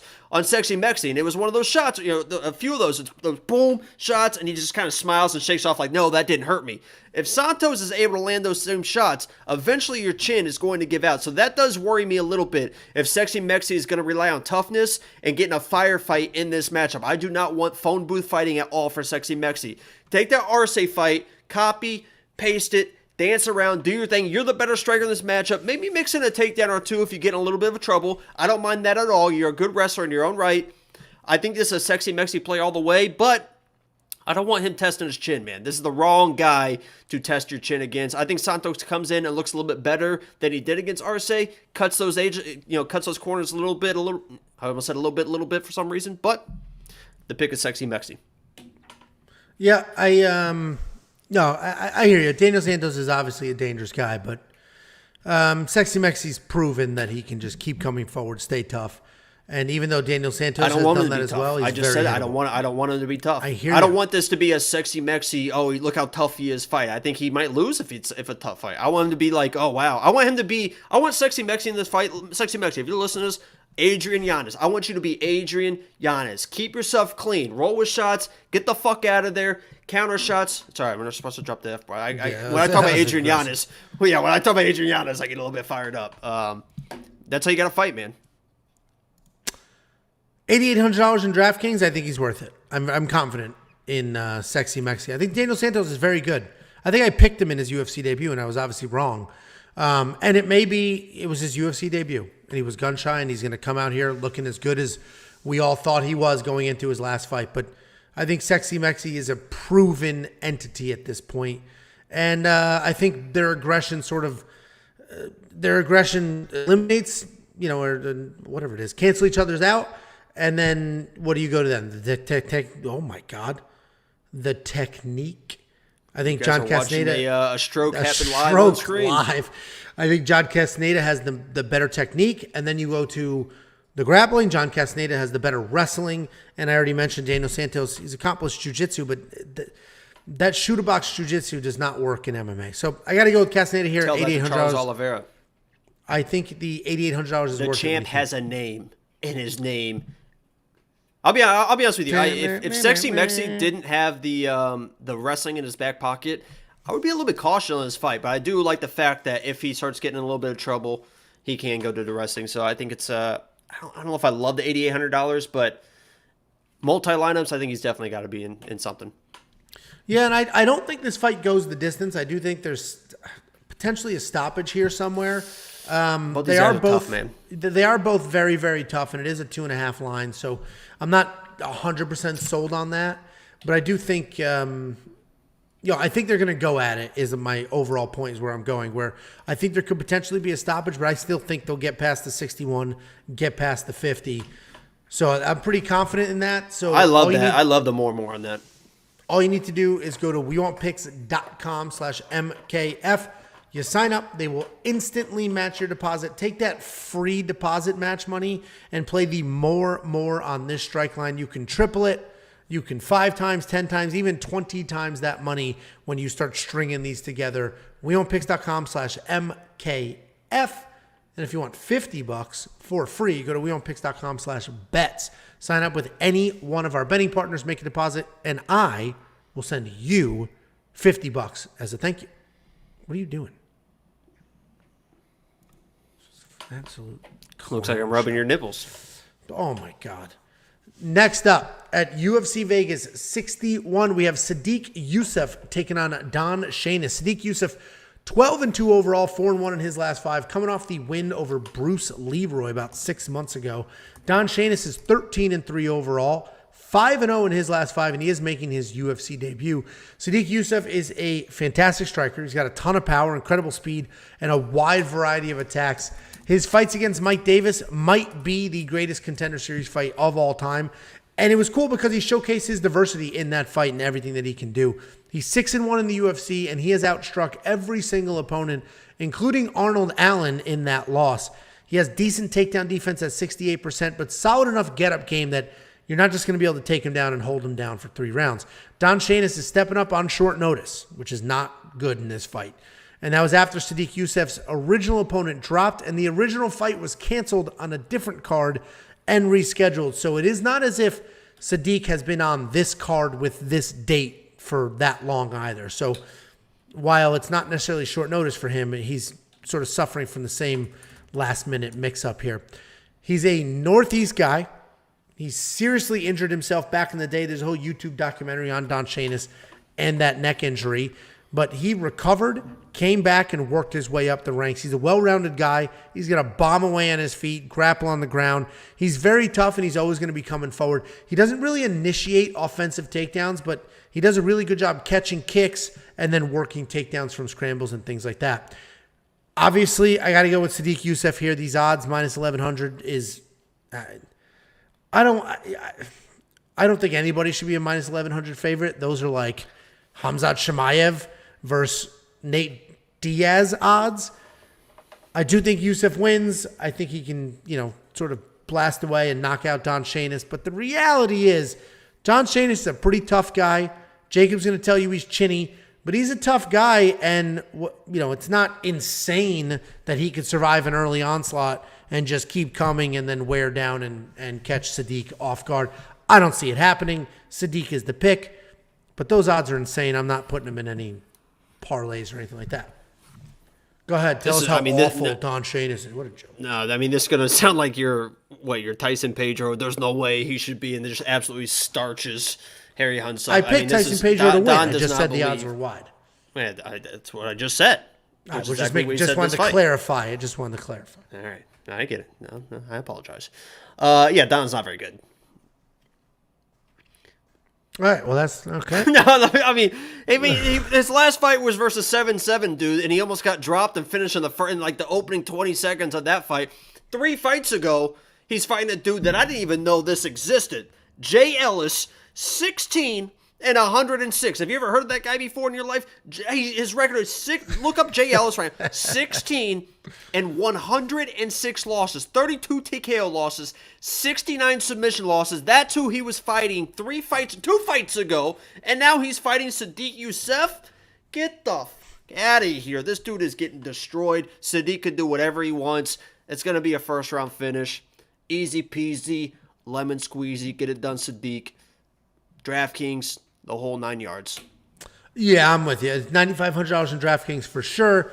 75 to 56 is probably less. I agree with you. Sodiq Yusuff. Have you heard? I mean, have you heard of those guys on the regional scene that just take dives like that? I've never heard of a dude. I don't know how somebody gets licensed. He's fought 1, 2, 3. He's fought 4 times already in 2022. First round, he survived 3 minutes and 52 seconds. 4 fights ago. 1:10, 50 seconds. The last one was at 0. So apparently it was the first punch. Another fight at 0. Most of these are under a minute. 106 losses. Yeah, I don't know how he's still getting licensed, especially in the Northeast where they take it pretty serious. Anyway, I'm with you. Sodiq Yusuff, $9,500. He's worth it in DraftKings. He'll probably get a stoppage. My point wasn't to say Don Shainis is going to win. It's just we have seen, dude, very aggressive with the microphone today. Yeah, we've seen situations before.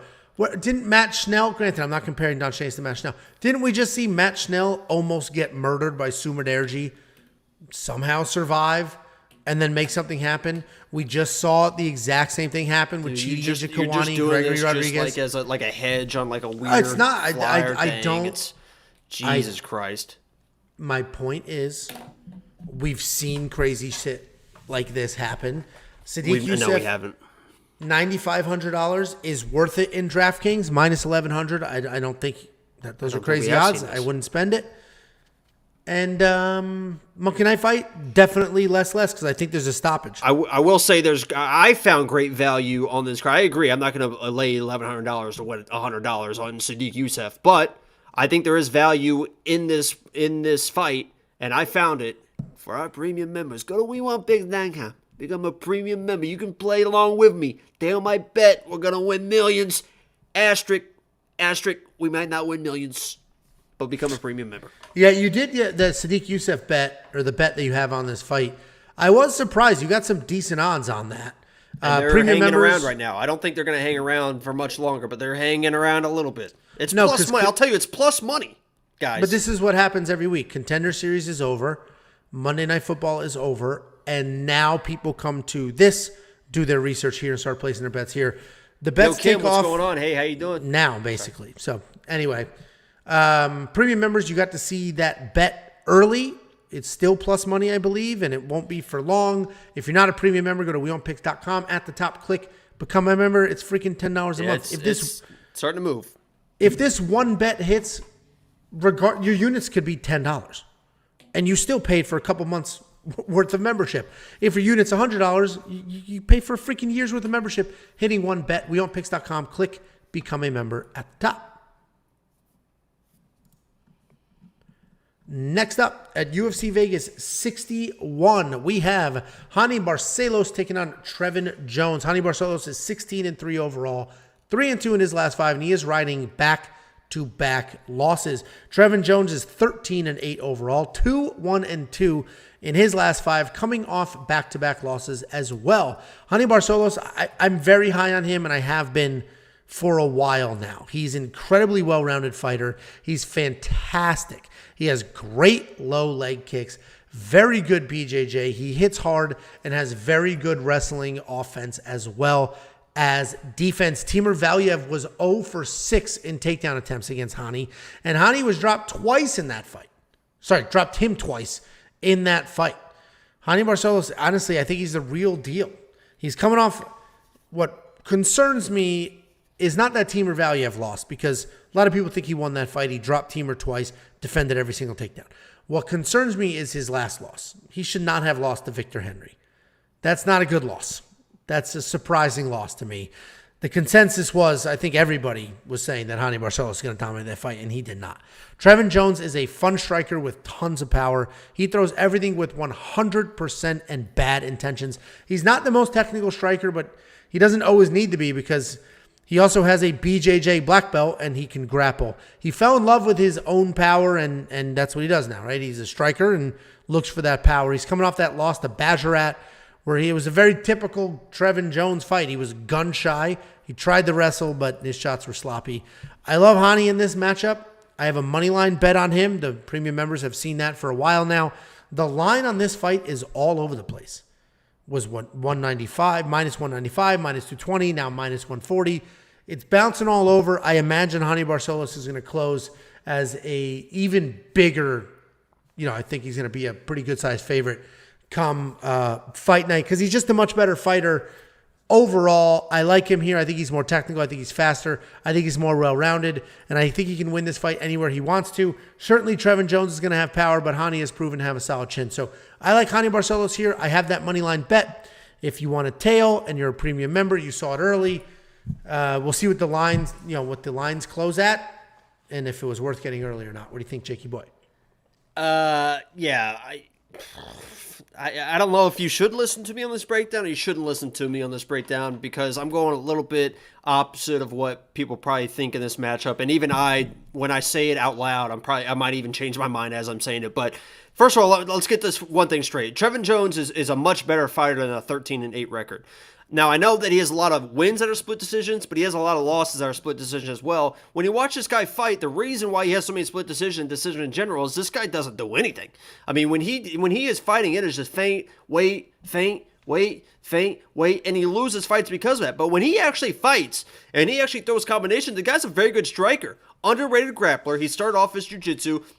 And his hands are pretty good. He's got really good power in his hands. And the guy is tough as shit. He's not it's kind of weird how tough he is because he's not a great nail because he does kind of I don't want to say cower, but he doesn't really react. Like a lot of people, like you see Tai Tuivasa, right? When he's getting hit, he fights back, right? He gets hit, he's like, that, I'm fighting back.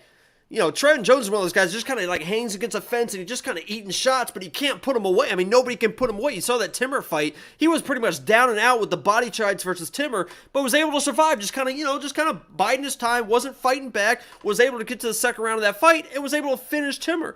I think the same thing kind of might happen in this fight. It's very weird prediction. I just, for some reason, I feel like Trevin is going to come out a little bit more aggressive. Obviously, you shouldn't bet on that because he's shown time and time again he is not an aggressive fighter. But I think he's able to show his aggression in this fight. As you mentioned, Hani in his last fight should not have lost that fight. If Trevin's able to kind of push the pace a little bit in the first round, put some damage on Hani, I think he can kind of not take over, but kind of win one of those decisions that Trevin Jones wins. And even be able to find that knockout shot because Trevin's got real power. When he's able to finally throw those shots, he's got real power. When he knows he has you hurt, that's when he does get really aggressive in his striking. So, I don't love the play. I'm going to pick Trevin in this matchup because I think he's able to come in and maybe show a little bit more aggressive in this fight. Maybe Hani is able to pull out that aggression in him by being the more aggressive fighter. But, Trevin Jones is tough as shit. I don't think Hani's going to be able to finish him. And if he tries to chase a finish, maybe he gets tired and Trevin's able to find those knockout shots. So, I don't love it, man. I'm picking Trevin, but he's shown time and time again he just does not have the volume to win the fights. I'm just hoping he's able to find the big shot that he found versus Timur in that fight. He's a good fighter, man. He's a good fighter. I just wish that he's kind of like Woodley, right? Everyone's just, Woodley, just throw your shots. I'm going to be praying that he's throwing his shots, and we'll see what happens. I'm going Trevin Jones. Look at this stats. I love it, he's though. only landing 2.9 a minute. I know. Getting hit with 5. Love it. I'm Team telling you right landing now. 6 a minute. I know a lot of people like to tail my picks. This is not one I would tail, but there's something about Trevin. I just feel like this week, I feel like these guys, I don't want to say Trevin's trending in the right direction, but it feels like Hani's kind of on that, where's he going to go type thing, and Trevin could be there with the big shot. We'll see. Yeah. Well, we'll see. We've only been split a few times on this card. This is one of them, but it sounds like you're not. I don't like any. Off. I mean, you guys want to talk about lock of the week for this week? I hate almost every single underdog on this card. Yeah. So even when I'm picking Trevin, it's like every single underdog I've picked, I've been like, But you got to throw a couple in. Yeah, I hear you. $9,400 to $6,800. I like Hani a lot. $9,400 is a little high because, like you said, Trevin's a really hard guy to put away. And Hani Barcelos, I think he's literally better everywhere except raw power, but I don't think he's going to be able to put him away. And a $9,400 guy in a 3-round decision, that's not going to, that's probably not going to pay for itself. You agree? Yeah, I'm picking Trevin, so I'm definitely not picking Hani. I'm not going to play Trevin, though. Even at $6,800, I'm not going to play him. Monkey Knife Fight 55 to 36. I got to go more here. I think they go at it. I think this is, Someone said he's $9,000 in DraftKings. Did you mess up again? Do we need to get an editor?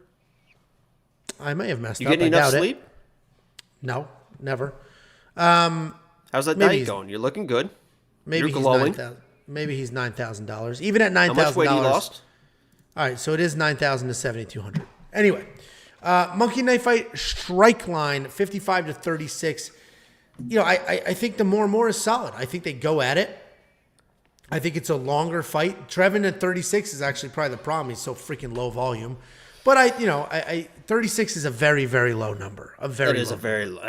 I mean, that is. Let me do my math here. I mean, that is like 12 strikes around. 12, 24, 30. Yeah. No, you're right. WeOwnPicks.com/MKF. Sign up, make a deposit, and they will instantly match that deposit. Take the free money. Ask me what I got on my SAT. Play some of these lines. What did you get on your SATs, Jacob?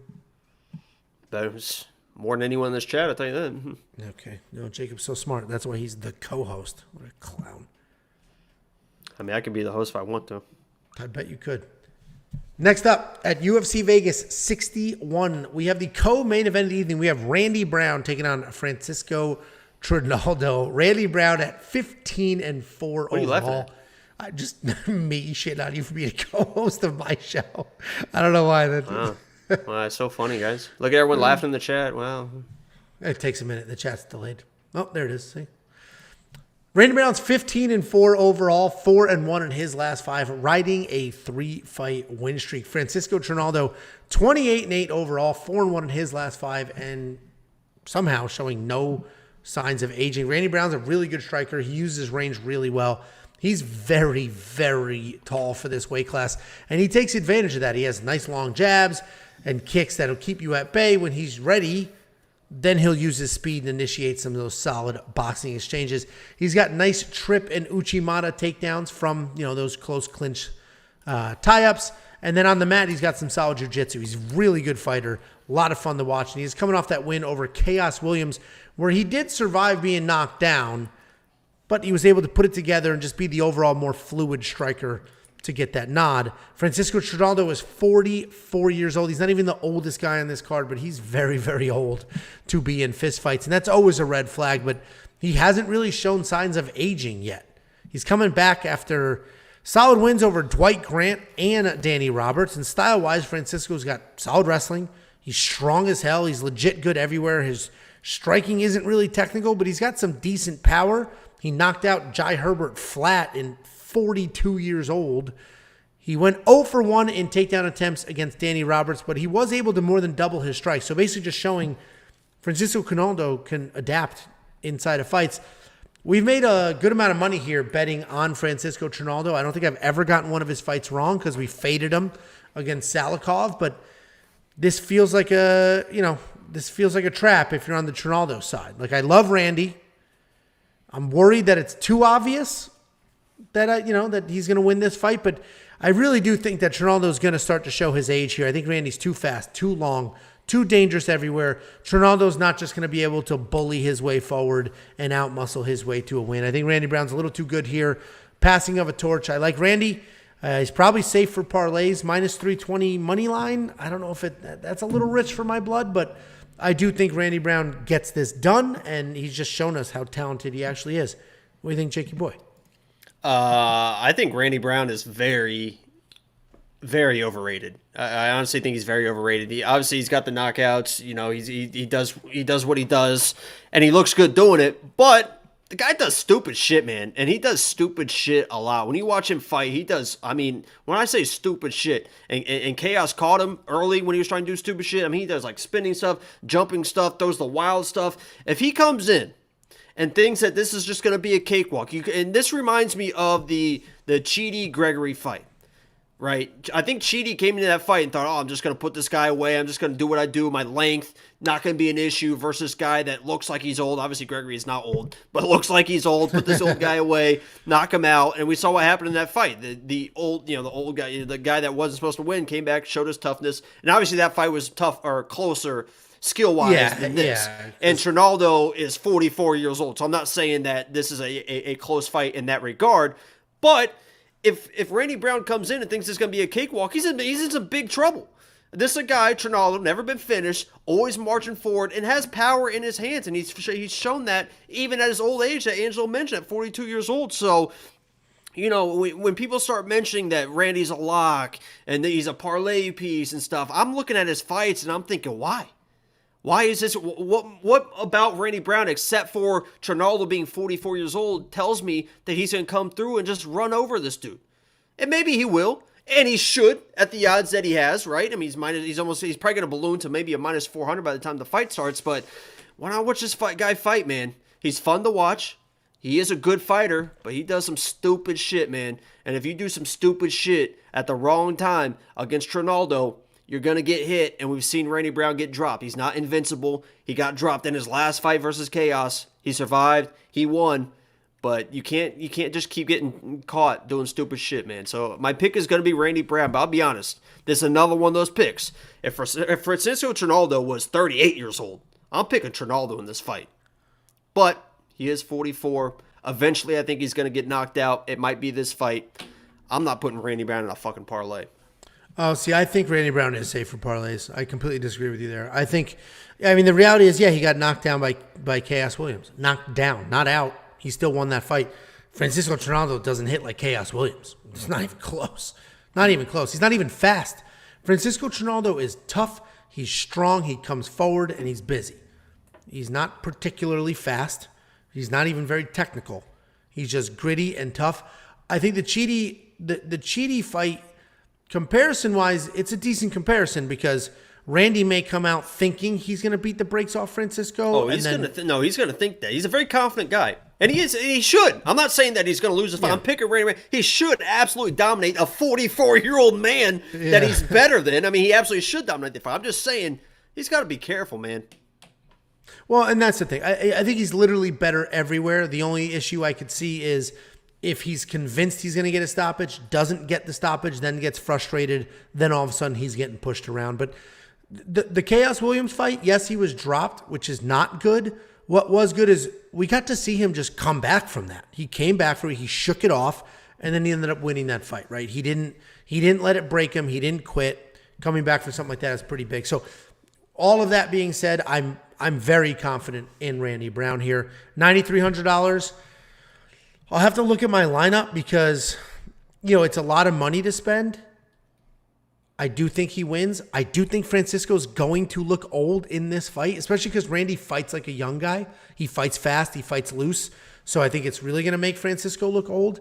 But does he stop Trinaldo? Nobody really has. So that's a little tricky. But, I think $9,300 is... He's definitely worth the money. I just got to think about it. Is he worth it in this matchup? You're not going to spend that, I'm assuming. Nah, I don't know. Well, we'll see. I probably will end up spending it, to be honest with you. He's 44 years old. I swear. You could literally edit. It's like those clips of, who's that white guy on that sports show that's always wrong? That's a terrible. Skip Bayless. You'll get there. Yes, thank you. It's like those edited clips of I'm not arguing against myself. Arguing with himself. I'm not arguing against myself. I said Randy Brown should dominate, but I think he could lose this fight. I think it's probably like a 10% chance, but I think he could lose this fight. Again with the microphone tapping. I'm not going to touch the monkey knife. I have a screw right here. I'm not going to touch the monkey knife fight strike line. 88 is a high number. He should be able to do that because he's a pretty high volume guy, and he should be faster, and certainly he'll be longer. But I'm not going to touch the monkey knife fight strike line. I do like it for DraftKings, but if you like the monkey knife fight strike line, or if you think Randy Brown's going to get this play Knockout Kings. All you need to do is take any three fighters, any three, even two fighting each other, and if one of them wins by KO or TKO, you get paid. So go to WeWantPicks.com/MKF. You sign up, they will instantly match your deposit. Take that free deposit money, play some of these lines, and see if you can triple your money, even 25 times your money. And then head on over to WeWantPicks.com/bets. Sign up with any one of our betting partners, make a deposit, and I will send you $50 as a thank you. Next up at UFC Vegas 61, we have the main event of the evening. We have Mackenzie Dern taking on Janan Yan. Mackenzie Dern is 12-2 overall. Yan Janan is 15-3 overall. And this is a decent fight with some actual title implications going on here. Mackenzie Dern is an amazing grappler. She's trouble for literally anybody on the ground. Somebody in the comment section yesterday was like, Mackenzie Dern might be the best female grappler. Dude, she might be just the best grappler in the UFC, let alone female grappler. Like, she's an incredible, Brian Hall. She's an incredible grappler. Her striking, her striking's not great, but it has improved since her UFC debut, and she's definitely gotten more comfortable in those exchanges.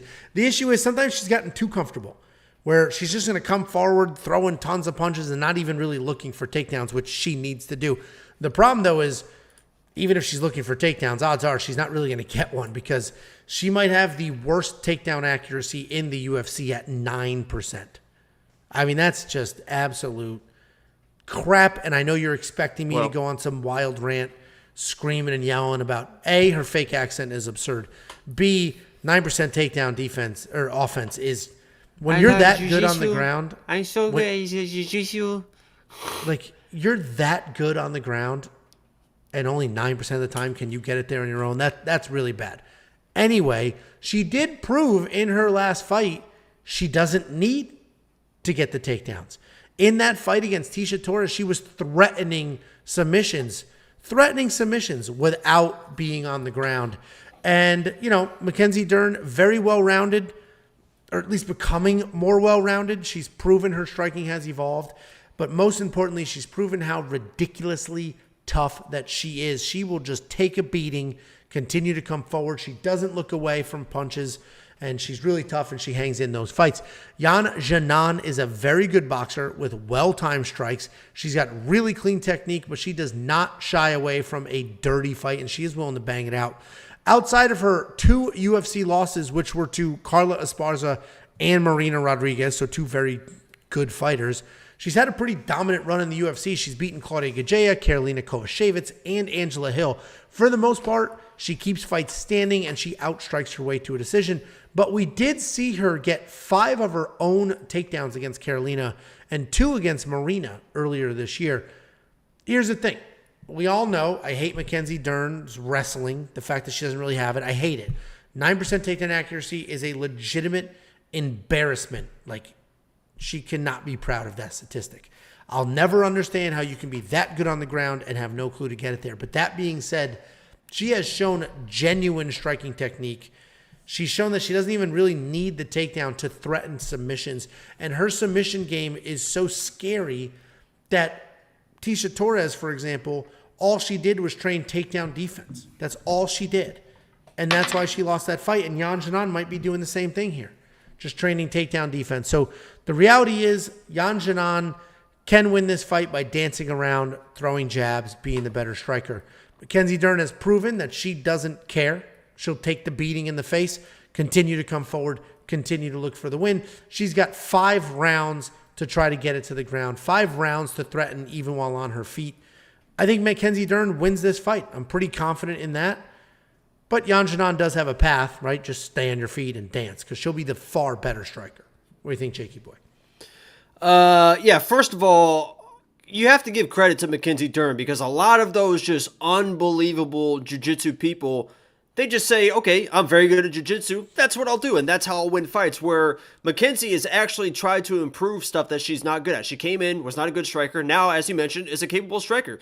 So you have to credit her for trying to improve her weaknesses. Obviously, the wrestling takedown she has not worked on as much as she probably should have, but the striking has been there, and she's found ways to get fights to the ground. You saw in the Tecia Torres fight, she was got in a clinch position and jumped, pull guard, pushing against the cage, and found the back of Tecia Torres and was able to threaten. So she's able to work around kind of the bad takedowns in that right. The other thing you got to give Mackenzie Dern credit for is she is tough as shit. She is underrated tough. You can hit her 100 times. She's going to keep coming forward and keep throwing strikes. Even if she's not hitting you, she's going to keep coming forward, keep pressing forward. So you gotta tip the cap for the toughness as well.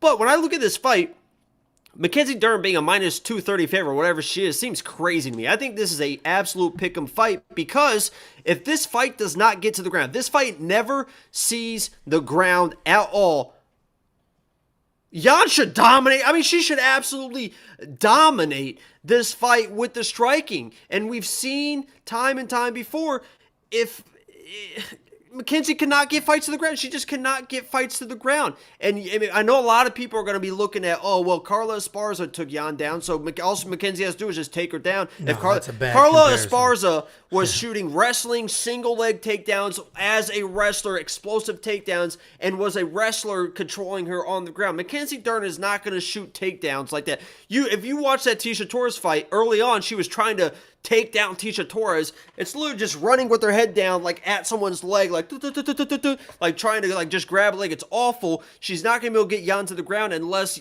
something weird happens. There's a clinch situation. She pulls guard. With that being said, I know I love picking strikers and mostly striking matchups, which I think this is probably going to be. I rewatched that Tecia Torres fight, and I am just blown away at the pressure, toughness, and tenacity of Mackenzie Dern. And I think when push comes to shove, when somebody needs to win a fight, Angela's mentioned before, she is a world-class athlete and she trains like one, and she will put herself in a position to win this fight. So while I think that Jan has all the tools to win this fight, and I think this is a pick'em fight, and she can definitely win this fight if it stays on the feet and maybe even survive on the ground, because just because it goes to the ground doesn't mean Mackenzie's going to submit her right away. Girls at this level know how to survive on the ground. But Mackenzie, I think she just finds a way to close that gap, get in a weird clinch situation, and is able to get to either her back or something weird happens, and she's able to find that submission win. So I think it's a pick'em fight. I honestly was going to pick Jan, and she literally was almost going to be my lock of the week. The better striker in a mostly striking matchup. But Mackenzie, unreal toughness, unreal pressure, and just the gap on the ground is just so big versus every single girl she's going to face. I got to go with Mackenzie. I don't love it, though. I got to go with Mackenzie, though. No, I agree. I think the odds at minus 232 are, you could argue they're a little wide. We're both on Mackenzie's side for very similar reasons, and I think her toughness is really what tipped the cap for real because, like you said, she's going to get lit up on her feet and her takedowns suck. But she doesn't care if she's lit up on her feet. It doesn't affect her. She will continue to come forward, continue to pressure, and Jan Janan has to worry about being taken down every minute of that fight. She has to worry about it. She's going to be afraid. Any clinch, she's going to be afraid. And I think that may mess with her. It messed with Tecia Torres, who's a tried and true vet. Tecia Torres is one of the best women on the planet. And has when been you're for in the a very long octagon, time. you're thinking, don't make a mistake, don't make a mistake, Yes. don't make a mistake. I mean, that's the wrong way to fight. And that's not what Mackenzie's thinking because she's not worried about making mistakes. She's like, come forward, get the takedown, hit her, get the takedown, push, hit. What? And I haven't bet it yet, but that round line being at 2.5 I bet seems insane to me. I think this is easy over 2.5 rounds because she's not going to be able to get the takedowns early. She's going to strike. I think that they're striking for 2, 3, or 4 rounds, and then something they get tired and maybe something happens. But I think it's easy over 2.5. Yeah, I already bet it. Premium members saw that bet. It's solid money, and I think that's unless clean. Jan comes out and for some reason tries to rest her early. Well, I don't know why she would, but we've seen people do some stupid stuff in the past. So Yeah, well, a bunch of people kept wrestling Gerald Mearshart and just kept getting submitted. People try to wrestle Ryan Hall too. And we've seen that time and time again. We saw Ilir Tapora almost get submitted as well, a number of times. Very close, yeah. $9,100 to $7,100. Frankly, listen, Mackenzie Dern could get the submission. I don't necessarily know if she will, and if she does, it might be super late. I'm not going to spend the $9,100 and $7,100 for Jan. Even if Jan wins, yes, it's 5 rounds and $7,100 is almost nothing. You don't really score well with a bunch of jabs.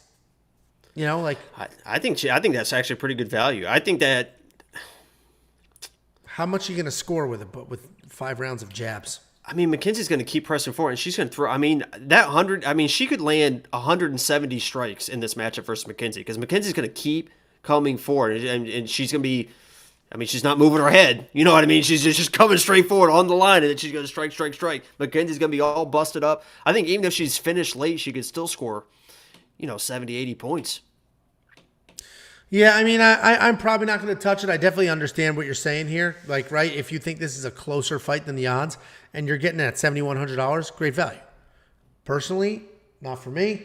I'm probably not going to put Mackenzie in there either. There's a couple other more expensive fighters that I think are far more live for a finish. I mean, Mackenzie, literally in this matchup, you're looking for a Hail Mary. I mean, and that sounds crazy for a 230 favorite, but in my mind, you're looking for a Hail Mary submission.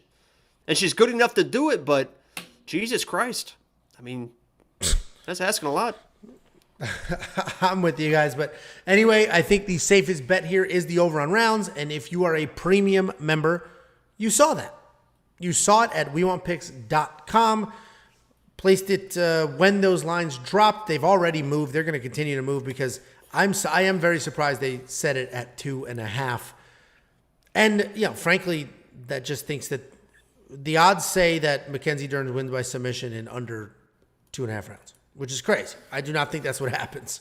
But yeah, her submission odds went from +1 something to like -120 like that.